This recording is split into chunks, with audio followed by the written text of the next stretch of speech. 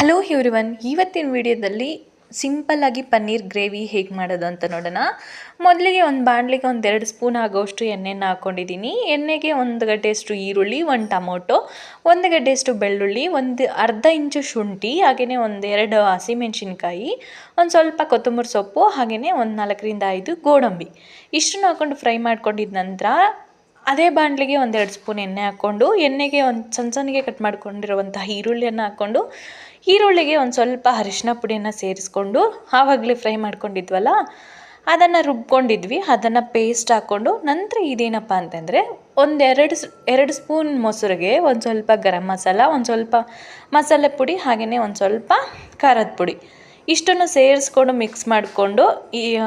1-2 ನಿಮಿಷ ಇದನ್ನು ಫ್ರೈ ಮಾಡ್ಕೊಂಡಿದ್ದ ನಂತರ ಇವಾಗ ಇದಕ್ಕೆ ಪನ್ನೀರನ್ನು ಸೇರಿಸ್ಕೊಂಡ್ರೆ ಲಾಸ್ಟಲ್ಲಿ ಒಂದು ಸ್ವಲ್ಪ ಕಸ್ತೂರಿ ಮೇಥಿಯನ್ನು ಹಾಕ್ಕೊಂಡ್ರೆ ರೆಡಿಯಾಗುತ್ತೆ ಪನ್ನೀರ್ ಗ್ರೇವಿ.